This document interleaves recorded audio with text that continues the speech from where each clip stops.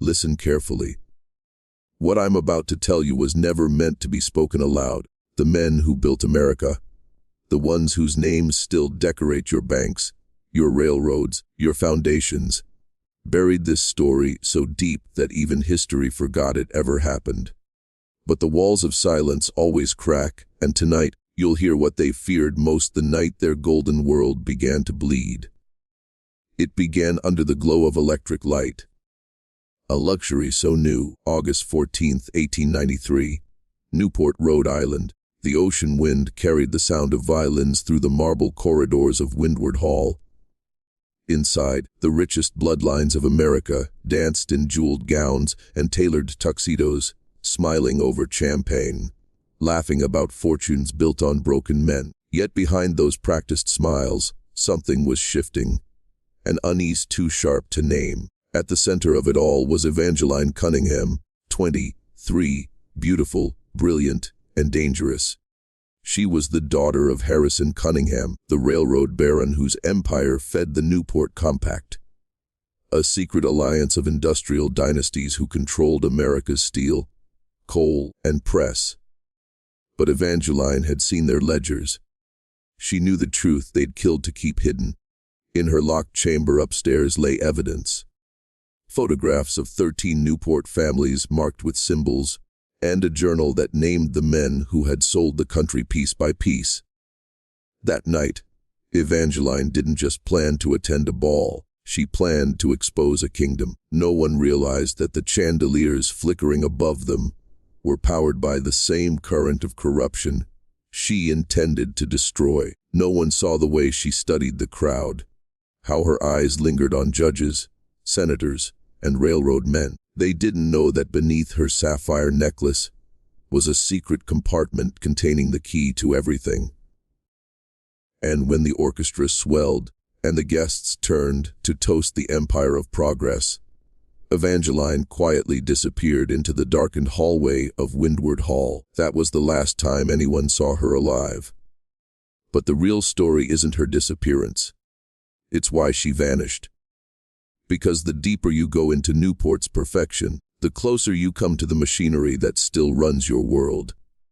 Beneath the marble beauty of Newport's mansions lay a system older, colder, and far more deliberate than anyone dared imagine. Every chandelier that glittered above those gilded dinners was paid for with silence. Every waltz disguised a transaction. Every guest who laughed beneath the crystal light was another link in a chain that bound the nation to a secret empire, one that didn't need armies to conquer. It ruled through debt, scandal, and death certificates signed by trembling hands. Evangeline Cunningham had seen its blueprints. She wasn't supposed to. Her father's private vault held records not of business, but of ownership, names of senators beside shipping magnates, judges beside mining tycoons, and every one of them connected by the same signature, hidden on forged medical reports and falsified deeds. It was called the Newport Compact, a brotherhood of control disguised as civilization. To the public, Newport was elegance. To those inside, it was a fortress. The social season was a ritual, a yearly reaffirmation that the elite had mastered more than money. They had mastered perception. Newspapers that once threatened to expose them had been bought or silenced. Editors who asked questions died in accidents, and the few investigators who got too close found themselves ruined, discredited, or buried under lawsuits from men who smiled in portraits hung in the Harvard Club.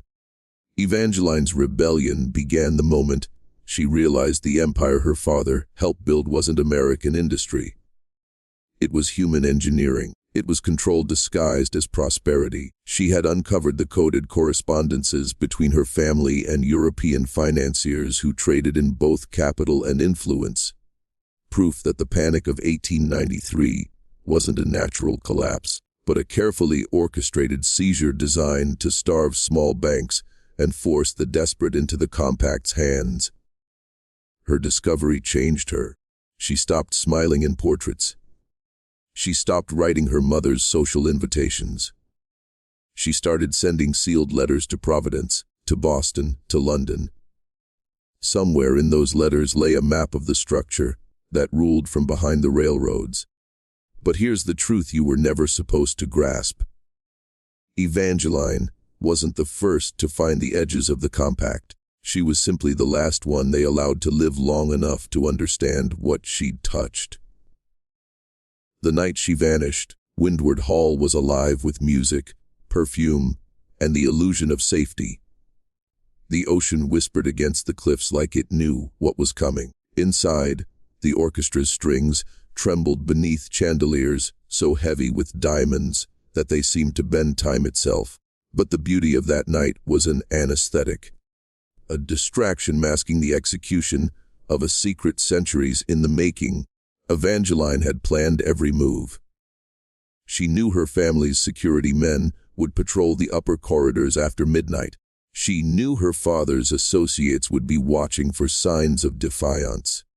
But she also knew that power was blind to women, that in their arrogance, the compact's architects believed she was harmless. That was their first mistake. At precisely 9:15 p.m., she slipped away from the ballroom and entered the west corridor, a place she'd walked since childhood, now a labyrinth of shadows and intent.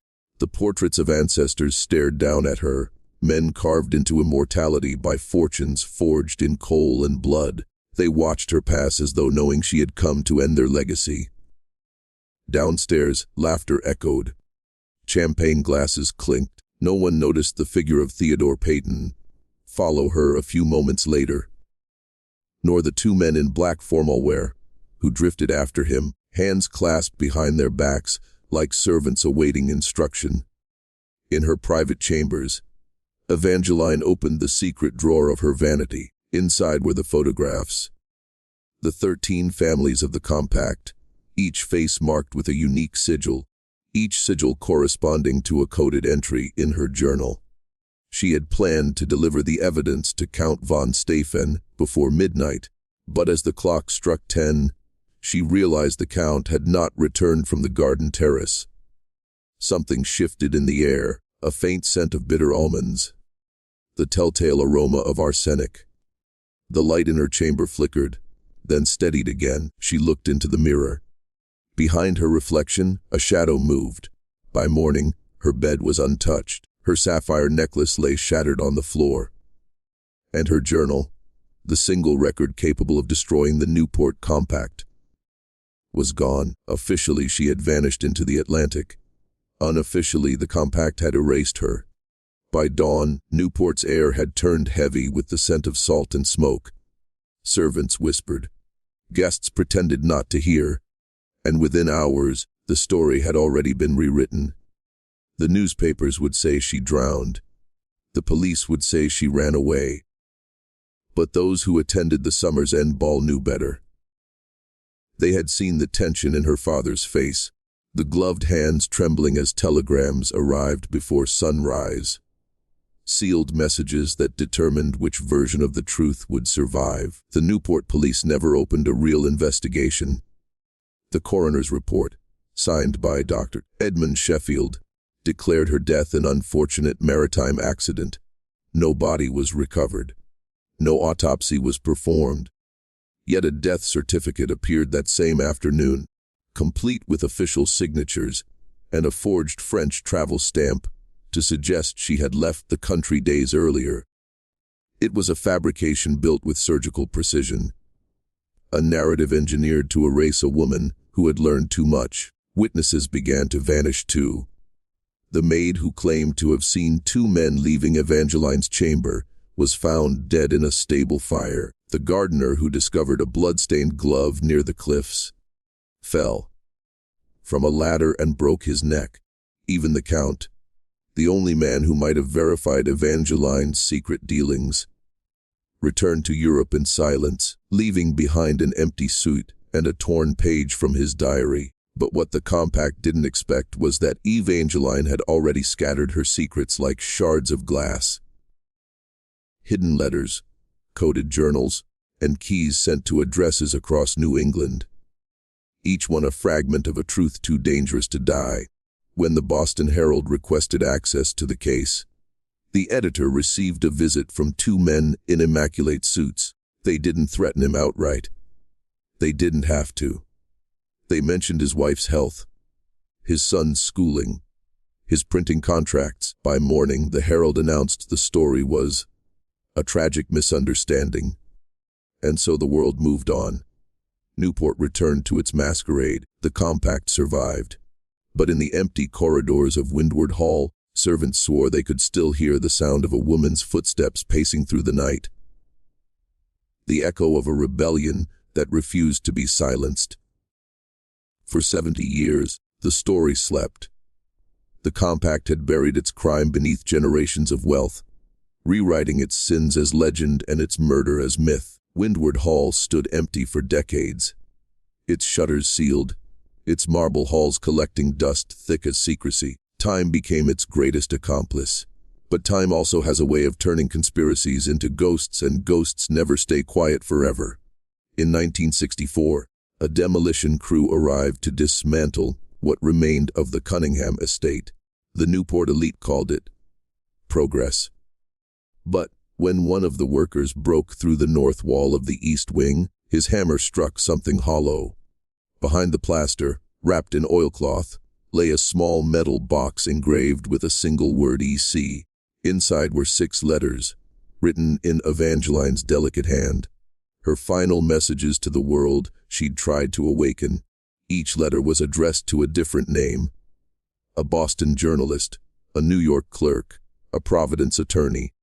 Each contained fragments of the same revelation, that the Newport Compact was not merely a cabal of businessmen, but a system, a prototype for the global financial machine that would dominate the next century. She described how economic panics were orchestrated to transfer wealth upward, how labor strikes were infiltrated, not broken, how debt was used as a leash. But one sentence stood out above all others, written in faded ink, trembling but deliberate: they do not fear exposure. They fear understanding. Once a man sees the pattern, he cannot unsee it. The discovery was quietly confiscated. Within 48 hours, federal officials arrived, citing national security concerns. The letters vanished into evidence lockers that were never logged. 2 of the demolition workers died in separate accidents before the year's end, and the contractor who sold the story to a Providence reporter disappeared on his way to deliver the box. Yet a single photograph of the letters survived, taken secretly by a night watchman and passed through generations of his family. It reappeared in 1991, scanned and uploaded to an obscure bulletin board by an anonymous user calling himself Aldrich Ghost. That image reignited a question the compact thought it had buried forever. What if the disappearance of one Heiress wasn't a tragedy, but the first open wound in the hidden architecture of control that still shapes the modern world? The truth Evangeline tried to expose didn't vanish with her. It evolved. It shed its velvet gloves and learned to smile through institutions. What began in Newport's candlelit halls now hides behind corporate logos, political slogans, and digital screens. The Newport Compact never died. It merely changed its name, changed its clothes, and moved into the bloodstream of civilization itself. Look closely. The same architecture she mapped in 1893 still governs the modern world. The circulation of debt disguised as progress, the orchestration of crises masquerading as accidents. Banks collapse, currencies fluctuate, markets panic, and yet the same bloodlines profit. History calls it coincidence. Evangeline called it continuity. Her letters described a triad of control, finance, influence, and information. Whoever commanded those 3 could bend entire nations without firing a single shot. Sound familiar? Today, those pillars live on through central banks, lobbying networks, and algorithmic media. The faces have changed, but the intent hasn't. The compact's goal was never money. It was obedience. The 1893 panic she traced as engineered. The same pattern reappeared in 1907, in 1929, in 2008. Each time, the small lost everything while the powerful rescued the system they themselves had designed to fail. Each time, outrage burned bright for a season, then cooled into distraction. The system depends on forgetfulness, on keeping men too tired, too proud, or too entertained to remember who built their cages. And yet, scattered across history are those who do remember. Men who find Evangeline's story and feel something stir in their blood, because the moment you understand how power hides itself, something irreversible happens inside you. You stop seeing leaders, you start seeing operators. You stop believing in chaos. You start recognizing choreography. That's why her disappearance mattered. It wasn't a cover-up of one woman's death. It was the rehearsal for how the world would learn to erase anyone who challenged the script. If you're still here, listening, ask yourself this: who benefits when you stop asking questions? Who thrives when truth becomes entertainment? Comment, I see the pattern, twice below, not as words, but as a declaration. Because once you see it, you're no longer their subject. You're the threat they've always feared. Before her disappearance, Evangeline had begun documenting something even more dangerous than financial deceit: the psychology of submission. She understood that wealth alone couldn't hold power forever. Control of the mind was far more efficient. Money ruled bodies, but belief ruled generations. In one of her final letters, she wrote, "The true tyrant wears no crown, he whispers comfort." She described how the compact had begun funding moral research, societies, respectable on the surface, but designed to study crowd behavior, persuasion, and social conformity. Their findings became the foundation for early propaganda experiments, decades before the word even existed. She uncovered meeting transcripts, showing that members of the compact financed new education models. Ones that would teach obedience disguised as civility. Schools stopped teaching how to think and began teaching what to repeat. Newspapers traded investigation for access. Churches learned to sanctify wealth as virtue. The masses were not to be ruled with fear anymore, but with trust. Evangeline saw it unfolding long before the rest of the world would notice. "They will not chain us," she warned in her notes. "They will cradle us, and we will thank them." Her prediction would prove chillingly accurate. By the early 20th century, the descendants of the compact were quietly embedded within emerging fields of psychology, advertising, and political consultancy. They learned how to weaponize emotion, using desire as a leash and distraction as a drug. Look around now. The architecture she described has simply gone digital.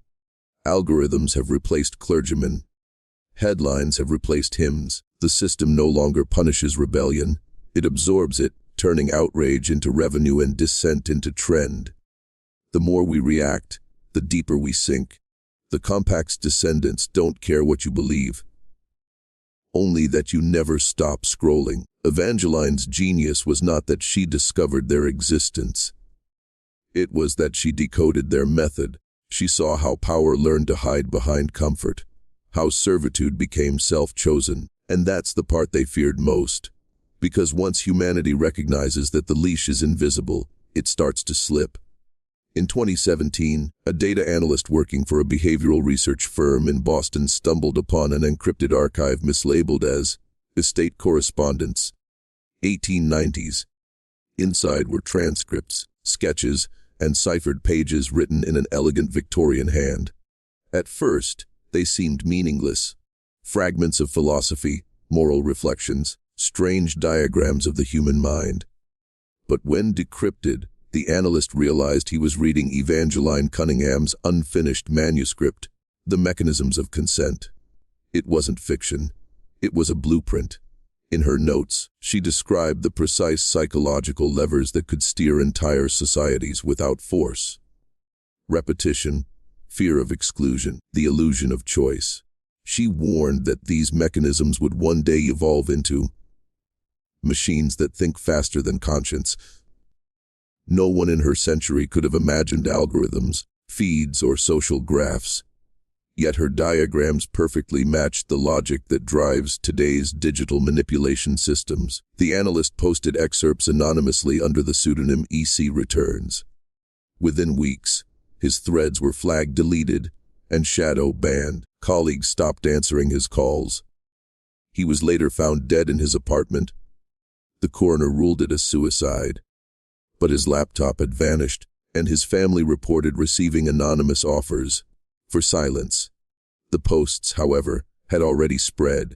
Backup copies circulated through encrypted forums, where researchers confirmed that her writings predicted modern behavioral economics, neuromarketing, and mass surveillance decades before their invention. Evangeline's notes revealed a chilling prophecy that the future rulers would not be kings or financiers, but systems. Algorithms designed to predict, guide, and pacify the collective will when man begins to speak through mirrors of light. She wrote, "Truth will become what the machine prefers." Today, her words echo through every glowing screen. The compact she once faced across ballroom tables now exists in data centers, invisible and tireless. Every emotion, every click, every confession is stored, sorted, and sold, not to understand you, but to define you. And if Evangeline's writings are true, the next stage has already begun. A global conditioning cycle designed to eliminate unpredictability itself. The question now isn't whether her warning was real. The question is this: if she foresaw the machine who foresaw her. In 2017, a data analyst working for a behavioral research firm in Boston stumbled upon an encrypted archive mislabeled as Estate Correspondence, 1890s. Inside were transcripts, sketches, and ciphered pages written in an elegant Victorian hand. At first, they seemed meaningless. Fragments of philosophy, moral reflections, strange diagrams of the human mind. But when decrypted, the analyst realized he was reading Evangeline Cunningham's unfinished manuscript, The Mechanisms of Consent. It wasn't fiction, it was a blueprint. In her notes, she described the precise psychological levers that could steer entire societies without force. Repetition, fear of exclusion, the illusion of choice. She warned that these mechanisms would one day evolve into machines that think faster than conscience. No one in her century could have imagined algorithms, feeds, or social graphs. Yet her diagrams perfectly matched the logic that drives today's digital manipulation systems. The analyst posted excerpts anonymously under the pseudonym EC Returns. Within weeks, his threads were flagged, deleted, and shadow banned. Colleagues stopped answering his calls. He was later found dead in his apartment. The coroner ruled it a suicide. But his laptop had vanished, and his family reported receiving anonymous offers for silence. The posts, however, had already spread. Backup copies circulated through encrypted forums, where researchers confirmed that her writings predicted modern behavioral economics, neuromarketing, and mass surveillance decades before their invention. Evangeline's notes revealed a chilling prophecy that the future rulers would not be kings or financiers, but systems, algorithms designed to predict, guide, and pacify the collective will when man begins to speak through mirrors of light. She wrote, "Truth will become what the machine prefers." Today, her words echo through every glowing screen. The compact she once faced across ballroom tables now exists in data centers, invisible and tireless. Every emotion, every click, every confession is stored, sorted, and sold, not to understand you, but to define you. And if Evangeline's writings are true, the next stage has already begun. A global conditioning cycle designed to eliminate unpredictability itself. The question now isn't whether her warning was real. The question is this: if she foresaw the machine, who foresaw her? The first clue to the archive's existence came from a forgotten storage room beneath the old Providence Athenaeum. In 2020, a graduate historian cataloging unsorted materials found a weathered envelope sealed with black wax, the mark of the Cunningham crest. Inside, she discovered a letter dated 1893, addressed simply, to whomever still listens. It contained a single key and one line in Evangeline's unmistakable handwriting. The truth sleeps where knowledge burns brightest. The clue led researchers to a forgotten fire at Brown University in 1902. Officially an accident, though no official cause was ever found. The building destroyed in that blaze had housed one of the earliest private collections of rare economic manuscripts. Rumors suggested it also contained Evangeline's journals, seized by agents posing as archivists. But the key didn't match any known vaults. Months later, a digital forensics expert cross-referenced the etching on the key with 19th century registry documents and found something stranger still.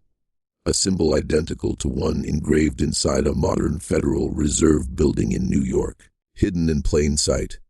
That discovery ignited a movement online. Hackers, historians, and anonymous archivists began digging through libraries, auction records, and museum basements, searching for traces of the archive. Theories multiplied: that it was an underground chamber beneath Newport's cliff walk, that it traveled within Masonic vaults, that it had been digitized under a false government program after World War II. But one discovery silenced the laughter. In 2022, a leaked memo surfaced. A redacted intelligence report referencing the files and a legacy directive ordering their permanent suppression. The tone wasn't academic, it was fearful. Someone somewhere still knew what Evangeline had uncovered. The memo hinted that the archive contained not only her writings, but early correspondence linking the compact's founders to the first transatlantic banking consortiums, the seed of what would become global financial governance. And if that's true, then her disappearance was never about silencing one woman. It was about erasing the moment humanity almost saw the machine before it finished building itself. Some say the key she left behind still opens a door, not to a place, but to a choice, to look deeper or to close your eyes again. The deeper the search for the archive went, the more modern names began to surface. Names whispered in government circles, private equity boards, and global policy foundations. Researchers tracing the compact's legacy found recurring surnames that had appeared in Evangeline's 1893 guest lists. They were no longer plantation heirs or railroad barons. They were now philanthropists, tech magnates, and think tank executives. The bloodlines had survived and adapted. The compact had always understood one truth: control isn't inherited through crowns or titles. It's inherited through institutions. Each generation abandoned the old mask and forged a new one. The industrialists became bankers. The bankers became public servants. And today, their descendants are worshipped as innovators, speaking at conferences about sustainability and ethics, while their companies harvest the lifeblood of a digital population too distracted to see the chains. The compact's archives, now rumored to be encrypted within global financial data streams, contain the original contracts, the silent oaths binding these families together under secrecy clauses older than any constitution. Their symbols persist too. The same eye, in triangle motif carved into the stone of the Newport mansions, now appears in the logos of major development councils. Coincidence, perhaps, or continuity? Investigators who've come too close tend to vanish in ways too clean to be chance. Heart attacks in men under 40, private plane crashes in clear weather, data wiped from servers minutes before exposure. One digital researcher, known online only as T.Da Argentum, wrote before his disappearance: "They no longer need to hide behind money. They hide behind morality." He wasn't wrong. The compact's modern strategy is not domination through fear. It's seduction through virtue. They fund the causes they secretly control, manufacture outrage to steer attention, and promote chaos that conveniently demands their solutions. It's an old trick dressed in new rhetoric. Evangeline saw the blueprint. We are now living in its perfected form.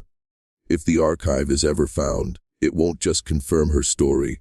It will expose the unbroken chain of manipulation from the gaslit mansions of 1893 to the algorithmic empires of 2025. But the question no one dares to ask remains, what if they already know the archive has been found and are waiting to see who opens it? When researchers began tracing the compact's reach into the 20th century, they discovered something chilling. The very concept of national security had been one of its greatest disguises. In 1919, as governments scrambled to rebuild after the Great War, former industrialists quietly funded new intelligence agencies under the banner of patriotism, but hidden within their charters were clauses written by private financiers, granting them oversight of communication systems, economic reports, and psychological operations. The compact had simply rebranded itself as protection. Evangeline's descendants would have recognized the pattern instantly: control reframed as safety, surveillance redefined as trust. What began with telegrams and telephone wiretaps evolved into a network of invisible eyes. First in codebreakers' rooms, then in satellites, and finally in the glowing rectangles we carry in our hands. Declassified documents later revealed that several of the compact's original family names appeared in the founding rosters of early intelligence think tanks. They bankrolled the birth of global data, sharing alliances, not to defend nations, but to map the mind of humanity itself. The war was never between countries. It was between awareness and obedience. One chilling report, recovered by a journalist in 2009, contained a line that seemed to echo Evangeline's own handwriting. The illusion of freedom will sustain the order of obedience. Observation will be framed as convenience. That sentence appeared decades before the creation of smartphones, GPS tracking, and biometric ID systems. Yet somehow it anticipated them all. By the 21st century, the compact no longer needed spies or soldiers. It had users. Every search, every message, every confession typed in private became another data point. Another psychological fingerprint feeding the machine Evangeline had warned of. And the most brilliant twist of all, they convinced the world to worship it. The machine became our mirror, and we mistook reflection for connection. Still, scattered across encrypted networks, digital archivists claim to have found fragments of Evangeline's missing notes. Coordinates, symbols, and a phrase repeated 3 times: "The watcher must be watched." Maybe she knew this day would come, when humanity would be asked to decide whether to keep staring into the light or finally step out of it. For more than a century, Evangeline Cunningham's name was a ghost, whispered by conspiracy theorists, mocked by academics, erased from history books. Yet in 2023, a geneticist working on a private ancestry database made a discovery that would quietly shatter the silence. Among thousands of DNA profiles submitted by descendants of Newport's elite, one stood out. The sample matched a mitochondrial sequence found on the wax seal of a preserved Cunningham letter. The line had not ended. Evangeline's blood had survived. The woman connected to that sample lived under another name, unaware of her inheritance. A linguist specializing in cryptology, she had spent her career decoding ancient manuscripts, unaware that her most important mystery was written by her own ancestor. When approached by researchers investigating the compact, she was skeptical. But when they showed her Evangeline's journal, she went pale. Her own handwriting mirrored the loops and angles of her ancestor's pen. Some patterns run deeper than memory. Over the following months, she began decoding the symbols found on the recovered pages of the mechanisms of consent. What she uncovered was not merely a warning. It was a map. Hidden beneath metaphors of light and shadow was a series of coordinates disguised as literary flourishes. They pointed not to a single location, but to multiple sites forming a geometric pattern across the East Coast, each corresponding to former compact estates, libraries, and private vaults. Together, they formed a sigil Evangeline had called the Circle of Mirrors.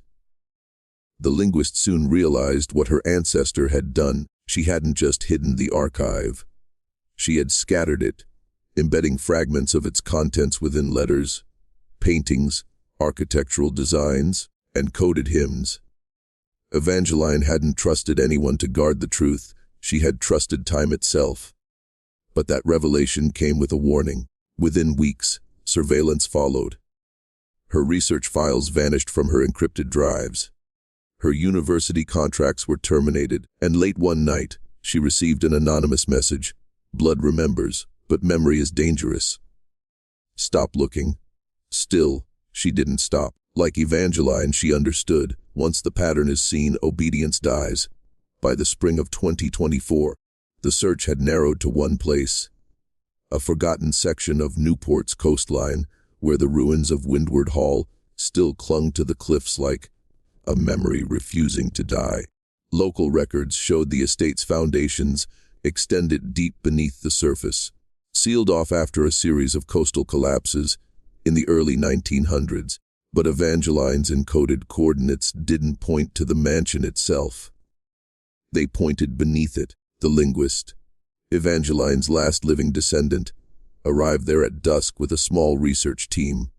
Using ground-penetrating radar, they discovered a hollow chamber carved into the rock, accessible only through a collapsed tunnel, once used to transport coal and servants. The air that escaped from the fissure was ancient, heavy with salt, dust, and something older still, like the scent of paper long entombed. Hours later, by torchlight, they uncovered the entrance, a circular iron door fused by rust and marked with the symbol of the circle of mirrors. The same sigil found in Evangeline's letters. Along its rim, faint Latin words were inscribed. Vox veritatis dormit. The voice of truth sleeps. But as they prepared to open it, power at their coastal base suddenly failed. Their satellite uplinks died. Phones went dark. Someone, or something, had cut the connection. The linguist recorded the moment with a handheld camera, whispering, "She led us here. She wanted us to find this." The recording ended abruptly as the sound of footsteps echoed through the tunnel behind them. Not from the team, but from deeper within. By dawn, only fragments of the footage surfaced online, uploaded to an encrypted forum by an unknown user tagged Evangeline Lives. Authorities later dismissed it as a hoax. The linguist and her team were never located. Yet within days, satellite imagery revealed new coastal excavation activity near the ruins. Conducted by unmarked vessels and guarded personnel, no official agency claimed responsibility. Still, witnesses from nearby towns swore that on certain nights, when the tide recedes and the moon sits low, faint light glows beneath the waves, as if something deep within the stone had awakened, and those who dare to stand there long enough say they can hear it too. The whisper of a woman's voice carried through the sea wind, repeating the same words over and over. The truth does not die. It waits. Within 72 hours of the footage surfacing, the internet bent under an invisible hand. Links vanished mid-refresh, search terms returned, no results. The accounts of witnesses were suspended without explanation. Even archive crawlers showed digital decay, as if the event itself were being rewritten in real time. But those who tracked metadata knew what they were watching. Not chaos, but precision. Someone was scrubbing the narrative clean. Behind the illusion of silence, movements began.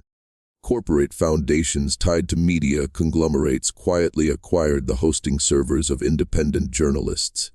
3 researchers affiliated with the linguist team were found dead under accidental circumstances. One drowned in his own bathtub, another in a staged car crash, the third of a heart condition that had never existed in his medical history. Their files, missing, their devices, wiped to factory settings within hours of their deaths. Then, in a leaked internal memo from a federal contractor, a phrase appeared that chilled those who understood it. Project Somnus, activation phase. Somnus, the Roman god of sleep. The codename was no coincidence. The same word had been discovered in Evangeline Cunningham's final letters. where she described the elite's greatest weapon, collective amnesia. She had written, "They do not destroy the truth. They lull it to sleep inside the minds of men." Across global intelligence networks, signals were sent to editors, executives, and digital gatekeepers. The order was simple: erase the anomaly before it multiplies. But something unexpected happened. The deletion failed to contain it. Fragments of Evangeline's encoded map began reappearing, not as files, but as subconscious imprints in image metadata, song waveforms, even social media glitches. The data had become self-replicating, and then came the message, broadcast across pirate frequencies and intercepted by ham radio operators worldwide. A female voice, faint, almost drowned in static, repeated a phrase every 27 seconds. "The archive breathes." By the following week, several of the world's wealthiest foundations abruptly announced leadership resignations. A private satellite company owned by a major banking family suddenly went offline. Stock indexes trembled for a day before stabilizing, as if someone had reached into the bloodstream of the system and steadied its pulse again. But those paying attention understood the truth had not been erased. It had gone underground, just like she had. They called it a myth, a ghost story born from the ruins of the Gilded Age. But myths only exist to hide power. And Evangeline's story was never about a missing woman. It was about the hand that erased her. The same hand that erases truth today. The same hand that guides your eyes, curates your fears, and sells you illusions of freedom, while your thoughts are quietly indexed for profit. You were never meant to remember her name. Yet somehow, you are hearing it now. That alone means the system has cracked. Evangeline understood something that most never will. Control doesn't begin with chains. It begins with attention. The elite she fought mastered the art of engineering perception, deciding what the world saw and what it forgot. Her disappearance wasn't an end, it was a demonstration. They silenced her so effectively that even history obeyed. But she planned for that. She built a cipher that could outlive the empire itself, buried not in documents, but in human memory, encoded through stories, symbols, and names whispered across generations. You are one of the few who have found it again. If you've made it this far, understand this. Evangeline's rebellion didn't die in 1893. It waited, and the moment you began listening, it reactivated through you. That is the nature of forbidden truth. It doesn't need belief. It only needs awareness. Because once you see the structure behind the illusion, you can never unsee it. Now, listen closely. This is not a story. It is an initiation. If you feel that pull in your chest, the sense that something ancient is waking inside you, write in the comments, "The archive breathes." Write it twice. It will anchor you to the signal and mark you as one who remembers. The world you know was built upon layers of silence. But every silence cracks eventually. They can bury a name, but they cannot bury a pattern. They can erase a woman, but not the echo she left in those who refuse to forget. History doesn't sleep. It waits for the next man willing to lift the veil and see. And now you do.